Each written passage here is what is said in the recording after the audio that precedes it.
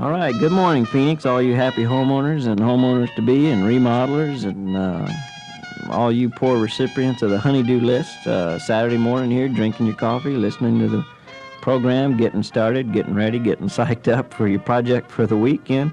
Get those honeydew lists out, and let's take a look at them, and y'all give me a call. Maybe one of those projects you're not too familiar with. I can help you put together a shopping list of all the things you're going to need. You ever try and put a lawn sprinkler system in? How many trips did you have to make to the hardware store? Well, listen, we're here to try to get you set up where you're not going to have to make 100 trips to the hardware store to get one project done. I mean, if that honeydew list has 4 or 5 things on it and you spend all weekend just running back and forth on the road, you little road runner, you're not going to get nothing done. You're not going to be able to make it for hunting season. You know, that's just a couple weeks away. So let's get those honeydew lists, get them out. I'll give you help with the shopping list. I'm here to give you how-to advice on those projects, maybe kind of give you some shortcuts. I kind of worked my way up through the trades myself. I hopefully can answer most of your questions on the quickest and best way to get something done. We're here to answer any of your questions about home ownership. You need reliable contractors, subcontractors, brand names, referrals, recommendations, give us a call. All right, and as every week, a little later, we're going to get to the complaint of the week supplied by the Register of Contractor and see particularly what the new homeowners are having troubles with valley-wide. We'll address those issues. I want to remind y'all I've got the program outline here of the shows This Old House. Many of y'all watching that show, you real do-it-yourself aficionados, I'm sure watch it. It's on Thursdays and Saturdays. The program this week is going to address cabinet making and bookshelf making. Now, we've got the program here, and you want to call. Is that one of your projects? I'll help you put a shopping list together. Then you can tune in to Norm Abram and Bob Villa on Channel 8, and I'll give you the shopping list and tell you how to do it. Then you can watch them do it. That should be plenty of help, okay? Then for any of you that are tough and I get stumped and can't answer your question, remember, I'll send you a coupon for buying whatever product it is you're concerned about at contractor's price. That's the Stump the Rosie bonus. We're going to send you coupons if you stump me, and you're going to be able to go buy what you're looking for at contractor's cost. Okay, with that said, with that introduction made, I see all the phone lines are lit up. Let's go ahead and take the first caller. Hello. Hello, Rosie. Hello. I would like to know, how do you feel about insulated screens? The ones that I'm talking about are the ones when you drive around on the construction sites, you see they're black on the outside. When you go into the model homes, you can see out. And I was just wondering, how do you feel about them? Where can you get them? If you don't mind what they do to the looks of the outside of the house, I'm a pretty big believer in them. I think they do a lot of good for what you spend. What part of the valley are you in? Paradise Valley. Oh, well, you live in Paradise Valley. You can afford them. I'd call the National Remodelers Council. All right, just 1 minute. Let me get a pencil. Tell me when you're ready. Thank you, Rosie. Remodelers Council, and that's 264-3135. Gotcha.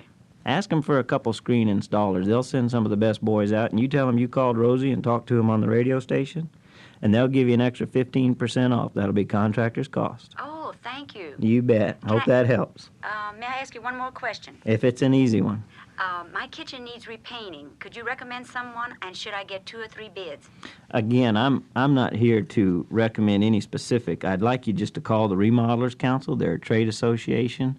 Their members have to go through a careful screening of customer satisfaction and financial stability. Just give them a call and tell them you'd like a painter, and they'll give you a name of one of their super qualified members. Okay, Rosie, thank you. You betcha. Hope that helps. Yeah, you know those people in Paradise Valley, they can surely afford some screens, and she'll be happy she did it. She's going to save good money. That's not just money thrown out the window.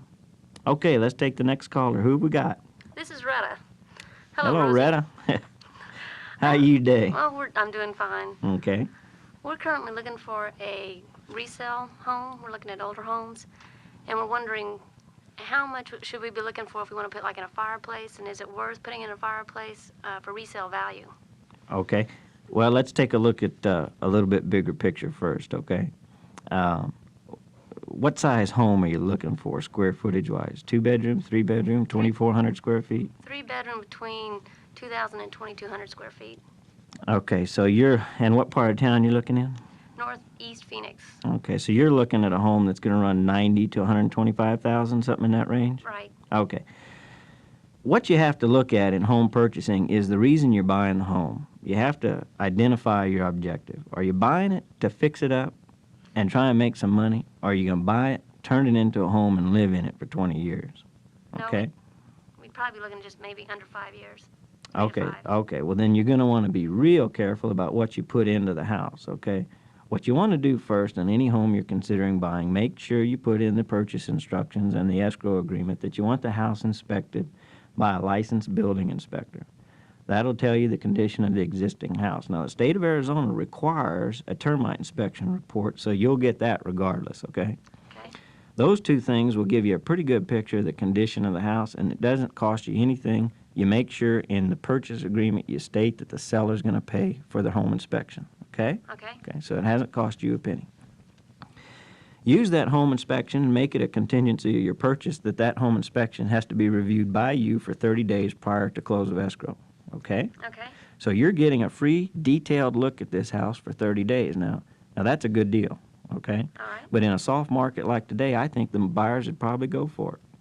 Then you want to take a look at, if you're only going to be in the house 5 years, don't put in more than about 10% of the purchase price for improvements. And you mentioned a fireplace. I can tell you that a masonry fireplace, complete, installed with the roof repaired and tied in and dried in, floor covering, a nice little hearth and a mantel, it's going to run you about $2,400. Now, you're going to be able to get about 110% of that investment back, and that's just national standard. On a fireplace, for every dollar you put into a fireplace, you're going to get $1.10 back, okay? So that's a good investment. You have to be careful, though, in selecting personalized carpets and colors and things like that, because that tends to hurt your resale. You may like the color purple and blue, but don't put in a purple and blue carpet, okay? Okay. All right. I've got one other thing. Some of the Did that answer your question? Yes, because Okay. we weren't sure how much we wanted to put forth as far as remodeling cost. So I'll keep Okay. that 10% rule. Keep the 10% rule and keep the fact that you want a free 30-day look at any house you're going to buy. Right. I hadn't heard of that before. Yeah, yeah. Okay. That one will help. Okay. One of the things that the realtors have said to us as we're looking at homes is the difference between a pitch roof and a flat roof. And we're being told that with a pitch roof, your air conditioning bills are lower. Is that true, or is it just mostly conditioned on the insulation? Given the insulation is the same in the flat and the pitched roof, you'll save a little money with a pitched roof. Noticeable? Maybe 5%, 10%. Okay. They're just using it as a big selling point. I guess it's not as big. No, the biggest selling point about a sloped roof is it'll probably last twice as long as a flat roof. Oh, okay. Okay. Well, that sounds good. All right. Thank you, Rosie. You betcha. Hope I helped. Thanks. Okay, let's go ahead and just take the next caller. Who we got on the line? This is Pat from Scottsdale. Okay, Pat. Got a couple of questions for you. I've got a relatively new home. It's just over 2 years. It's a tract house, about 2,400 square feet, and I am continuing to have problems with, I don't know, I guess it's settling. I've had some tile in the kitchen crack repeatedly. It's been replaced once, and it's cracked again, and I've got some cracks in the drywall. How big are cracks? These are like a piece of hair, like what we call a hairline crack? No, there's a few of those, but I've had several cracks, I'd say 1/4 of an inch. Pooh, in the drywall? Yeah, Wow. yeah. A couple in the kitchen area and one over the master bedroom door into the bathroom. 1/4 inch. And it's only 2 years old, huh? Yeah, just over. You're not in McCormick Ranch, are you? No, I'm not. I'm north of Bell at about 57th Street. I hadn't heard of any real soil problems out in that area. Your house is definitely settling. You should never incur a 1/4 inch crack in your drywall or your ceramic tile. Is the tile cracking through the mortar joints or right across the tile on the floor? Right across the tile. Yeah, you're settling. That's a tough one, Pat. Boy, have you contacted your builder? You've been in it about 2 years. You know, you've got 2 years to discuss this situation with the registrar of contractors. Where are you on that? Well, I don't know. Maybe you can give me a little direction on that.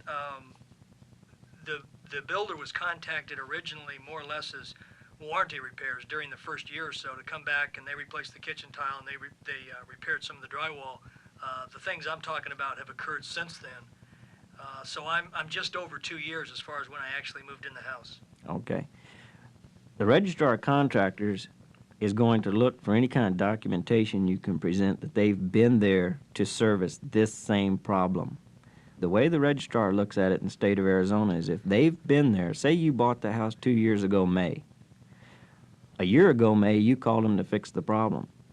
They have just reinsured that work for another 2 years. Well, I think I'm okay then. I didn't realize that. I think I'm probably okay. But the registrar can tend to be an adversarial position, and I'm not. I'm kind of an easygoing guy. Is the builder refusing to come back and take care of the problem? No, not really. I need to contact him on these most recent problems. Okay, you just needed to know what your position should be. Exactly. Well, your position should be that this cracking is excessive. It's indication of severe settlement. And it's not to say that the house is going to continue to settle. I've seen things like this happen over the first 4 or 5 years. My parents' house has a tile crack in their hall. And it took about 4 years that they were in that house for that thing to finally quit cracking. And if they'd fix it, it'd probably be fixed for good right now.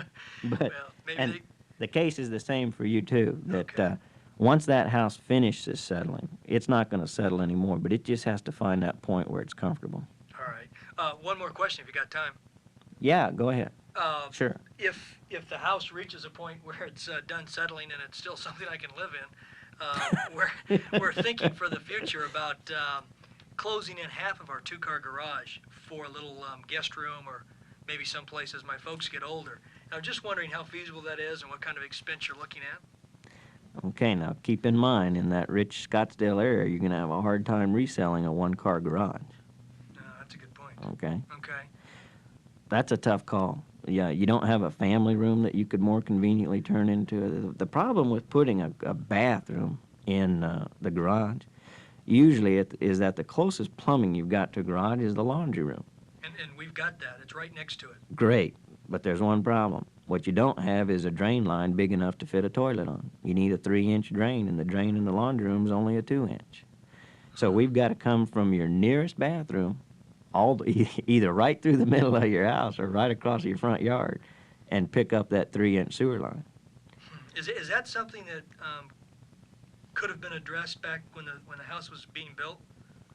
I mean, is that the time to... Some builders offer that as an option, Okay. to run a 3-inch to a laundry room.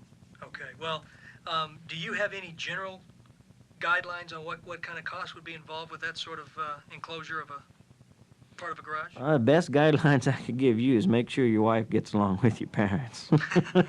Okay. Thank you very much, Rosie. You bet. Bye-bye. All right. Well, I hope we're helping y'all out there. Let's go ahead and just take the next caller. Let's just knock them dead here. 111. Let's go. Who's next? Rosie, Yeah. Yes. my name is Marie, and I would like to ask you something.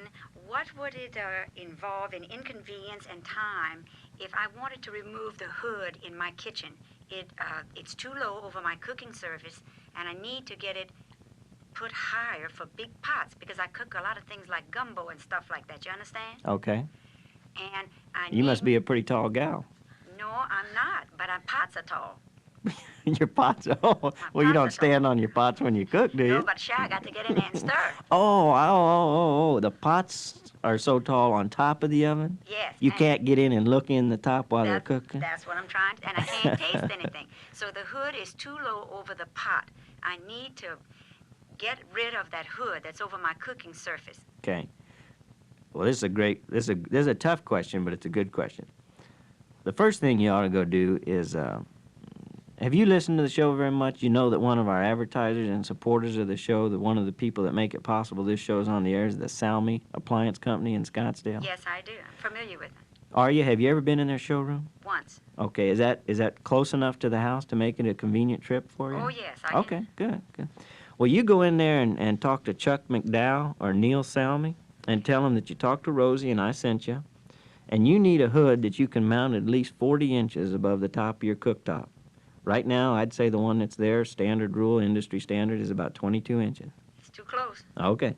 Get one, and I'm going to go ahead and recommend a brand name. Get the Thermador TDH 1000. Do you know what brand is on there now? I really don't. What price range home is it? Now you're getting personal. Just a minute. Okay. Is it a $100,000 or a $200,000 home? About 200,000. Okay. Well, what you've got is about a 600 cubic feet per minute hood on there, and that's a good hood. But this Thermador is 1,000 CFM. It's going to take out about 35% more air. it's going to be about half the noise, so you'll be able to turn the hood on and talk to everybody else in the kitchen.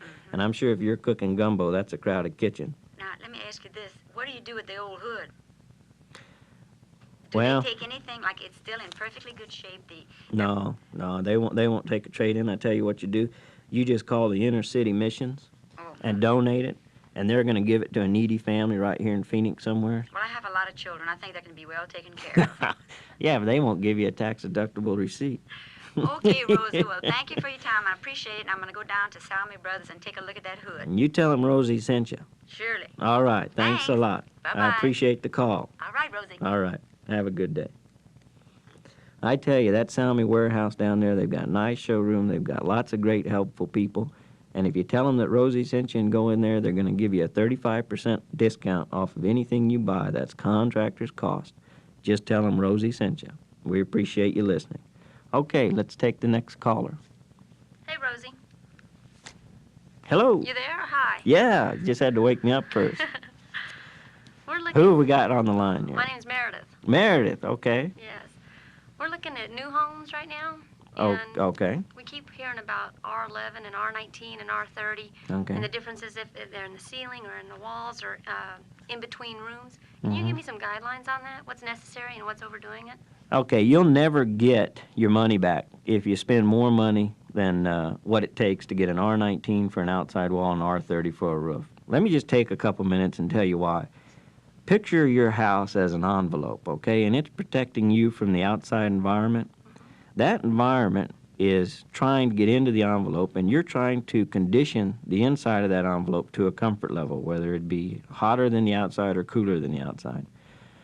That envelope will, by nature, have weak points, and I can tell you the weak points in a house envelope are the windows, the doors, the electrical receptacles on the outside wall, the fireplace, and the leak where the wall meets the concrete slab all the way around the outside of the house, okay?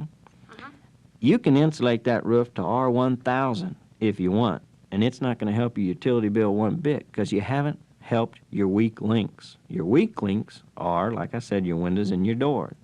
You've got to stop, first and foremost, the air infiltration that occurs in and around a door and in and around a window. You're going to be better off spending a little money tinting the glass, going to dual pane windows, spending a little more money and going to a wood window instead of an aluminum window than you are by spending more money insulating that wall. Because the very nature, it's like water, thermal change, temperature change is going to take the course, is going to take the path of least resistance. And if that temperature change comes up against a wall that's insulated to a R100, well, it's just going to slide down that wall till it hits a window that's about R2 and slip right out. It acts like a vacuum. So the key is get that wall insulated to an R19. That's industry standard. That's acceptable. You don't need any more than that. And then get that window as insulated as you can. You do that by going to dual pane insulation. That's 2 pieces of glass separated by a vacuum space. It doubles the insulating value of regular glass.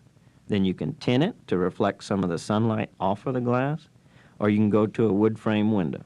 That's a big help. It's expensive.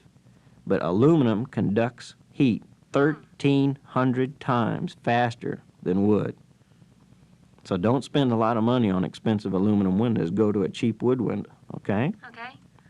How about then just going to R11? Or is that In the going walls? too minimal? Mm-hmm. Too minimal. Okay. R19's optimal. Okay. R30 in the roof. And would it help if you put that foam over it? That spray stuff? Foam. Tell me more. One of the houses said that they would spray the ceiling over the R19 with this foam, a spray foam. Are you Is it a familiar with flat that? roof? Yes, it is. Oh. Well, that's going to give you about another R4 or 5. What's an R? Okay, R is the rating of a material, and you can remember it because it is the resistance a material has to change temperature. Does that make sense? Can you give me an example? Okay. It's a BTU rating. It's a rating of how hard a material is in resisting heat transfer from the outside of the house to the inside of the house. The higher the number, the more resistant that material is to transferring the heat. Oh, Regular glass, just glass, has an R rating of 1. Dual pane glass has a rating of 2. Dual pane tinted glass can get up to about an R3. There are expensive wood windows that are beautiful products that can give you an R4. And that's about as high as you're going to get with a window, is about an R4. Okay? Okay. Now, let me just cover one more point. Are you mathematically orientated? Because you may have to take notes and just kind of follow through with me, but it's an important point, and I want to pursue it. Is math one of your better subjects? I can follow, sure. Okay, what do you do for a living? Are you employed or are you a housewife? I'm employed. Doing what? I'm a computer analyst. Oh, well, math. Okay, well, good. You've asked the right question. Hopefully I've got the right answer. Okay. Okay, computer analyst, here we go. To take a product, and let's say the product is your outside building envelope, okay? Okay. To take that building envelope from R1 to R10 is, and any increment in there expands your saving exponentially, okay? Okay. For every R that you spend money gaining between R1 and R10, you're paid back on a multiplicity factor, okay? Okay. From R10 to R100, it's just simple geometric. The bottom line on that, and I'm not trying to be too complicated, is spend your money taking your outside envelope from R1 to R10. Don't spend a lot of money artificially creating an envelope that's R30 but has a bunch of R1 and R2 weak points. Okay. Okay? Because not only have you wasted money, but you just have a very, very inefficient system. The more you insulate the walls, the more drafty, sorry, my mother taught me English, the draftier the windows are going to be. The more you insulate the walls, the less the glass is insulated, the draftier the temperature is going to change through that space. Have you ever sat next to a window in the summer that's just so hot you had to get up and move? Yes. Okay. We're trying to eliminate that. You eliminate that by bringing your glazing and your windows from an R1 or R2 up to an R4. Okay? Yeah. That's very, very significant savings. Okay. Okay? Well, that gives us a lot to work off of. All right. Well, if you hang up and all that didn't make sense, just call back and I'm gonna try again. All right? No, I think I followed you okay. Took notes. Okay. And again, there are people in the Remodeling Council and the Better Business Bureau who do nothing but specialize in insulation and conditioning your home. I know APS and SRP will both run a free energy check on your home. That might be a great place to start. All right? And that's free. Okay. Okay. Speaking of savings, can you still write any of this off on your taxes? Do you know? Ooh, you better consult your accountant. Do you have an accountant? No, I don't know any. Well, find one. Okay. No. I just don't know the taxes. I'm sorry. I just remembered that from before. Okay. Thank All right. You bet. Thank you, Meredith. It was Meredith, right? That's you right. still there? All right. Still Thank there. you, Meredith. Thank you. Good luck on your house hunt. All right. All right. Great. All right. House hunting in Phoenix sure can be a hot time of year for doing that, but might be a good time to be looking. The market's a little soft. It's a buyer's market. You might be able to find a good deal out there. All right. Before we take the next caller, I'm going to open the little information package here I have from the Register of Contractors. You know, as we do every week, they tell us what the most common complaint is that they're receiving, and we're going to try and address it right here on the air. Might save some of you homeowners who are experiencing this problem, save you the trouble of getting a registrar contractor inspector out there, and maybe it's something we can just handle for you right here on the air. Let's take a look, see what the situation is. All right, looks like floor covering again this week. Boy, we're really having a rash of floor covering problems. The registrar contractors is fighting this situation in the vinyl flooring. Valley-wide, you new homeowners are particularly susceptible to this. Valley-wide, we have a situation where water is coming up through the subfloor, through the concrete, and through sheet vinyl in particular. Now, let me tell you what the problem is. There is no new problem. The situation is water has always come up through the slabs. Even in Arizona, in this dry environment, water will wick its way through the subfill, through the concrete, through the floor, into the inside of the room. What we're fortunate about in Arizona is the atmosphere is dry enough where generally the carpet holds it for a little while and evaporates, or the ceramic tile and the grout holds it for a little while and evaporates. And in the past, the sheet vinyl has held it for a little while and then it just evaporates. Never gets into an actual puddling problem.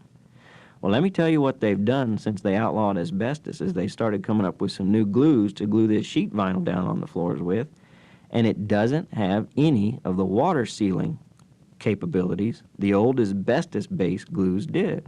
And this is particularly true in the new homes, 4 or 5 years old or newer. Isn't a problem with the way the builder built the house particularly.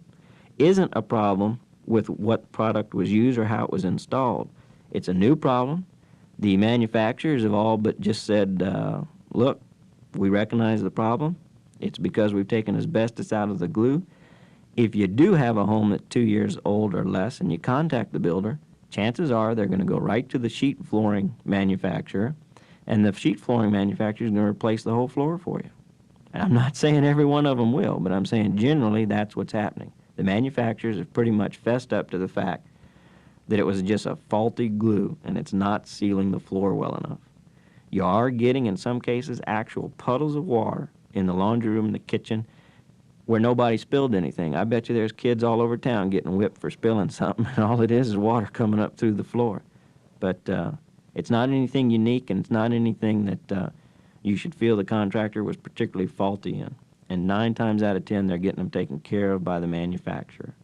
So that's the number one problem this week. It has been the number one problem for several weeks. We saw it last fall, and we'll probably see it a lot again this fall. So with all the rains we've had recently and the additional soil moisture content, we'll probably see it a little bit the next couple of weeks. But contact your builder. Most times, more often than not, they're getting it taken care of just fine. Okay? All right. Do we have any more callers? That phone line lit up. Let's take the next caller. Yeah, Rosie. Yo. This is John. Yeah, John. Pretty new in town. We're thinking about building a custom home. And I got a couple questions for you. One, okay. I have gotten thoroughly confused in talking to some architects and builders on the issue of frame versus masonry. Okay. And everyone seems to have a strong opinion, and they all seem to be different. So, you got any words of wisdom on that? So you're going to put me right in the middle, aren't you? Yeah. Yeah, I appreciate it. Thanks, John. John, where are you from? Originally from Albuquerque. Okay, well, there's a lot of frame there. There's a lot of adobe there, too. Do you have a preference on appearance? I'd say Can I rephrase that question? Yeah, Does your wife have a preference on appearance? I think we're in agreement right now Okay. that we're trying to start from the inside and work our way out, and we want to make sure we've got the best possible structure to start with, and then we'll worry about the finish. Thanks, John. I appreciate the input. Okay, insulation-wise, it was for a long time the industry standard that a frame house could be better insulated. We got to the point where we were accomplishing super insulated homes. Well, they've got block products now that they fill with foam. I can just tell you, and I can go into this subject in great depth, but just generally speaking, the block home is going to last longer. It's going to probably settle less, be more durable, less apt to ever have a termite problem. And don't let anyone who has sold you on framing tell you they can insulate better in framing than a builder can in block. It's just not true anymore.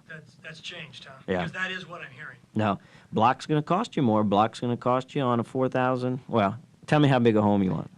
Probably a little less ambitious than that. 3,000 Okay. to 3,500 feet. Okay, well, 3,000 square feet in a semi-custom's probably going to run you about $65, $70 a foot frame, and probably going to cost you anywhere from 3 to 5% more to go block. Okay. Okay. I think it's money well spent Okay. to go masonry. Okay. Great. Okay. And one other question that Sure. there seems to be a debate on here. Now, were you listening earlier? Yes, I've been listening to your whole show. Good. Okay, great. One other question. The question of utility bills and efficiency on single-story versus two-story. I've heard very convincing explanations in both directions on that question. Okay, again, I think a lot of people waste a lot of breath on that question. If they have the envelope adequately protected and properly zoned, it's not going to cost you any more to heat or cool a two-story than it is a single-story. Great. Okay? Thank you very much. Yeah, shop on windows, okay? Windows are your key point. Windows, doors. All right, and with the earlier caller you were discussing, you would suggest spending the money on the wood frame? I really would. And would you go dual pane? I sure would. I'd go dual pane tinted with wood windows. And that tends to reflect out? That's right. Okay, great. It eliminates heat transfer by conduction. Okay. All right? Well, that's where we'll put the money. Yeah, use that term. It'll really impress the builders, okay? All right. Thank you very much, Rosie. You bet. Enjoy your show. Hey, glad you called. I appreciate you. Thanks All right. a million. You bet. Bye-bye. All right. Well, I thought we had time for one more caller, but I just don't think we're going to quite make it. I want to remind y'all that this show is co-sponsored by the National Remodelers Council. That's a group of super qualified, conscientious contractors here in town that are more than willing to meet you free for free estimates and free advice on any project you've got planned around the house. They're there to serve you. They're there to help you. Don't hesitate to call them. They're a big sponsor of this program, and I'd appreciate it if you'd let them know you heard about them on the Homeowner Show here in Phoenix. Thank you very much. Y'all have a good week. We'll see y'all next Saturday.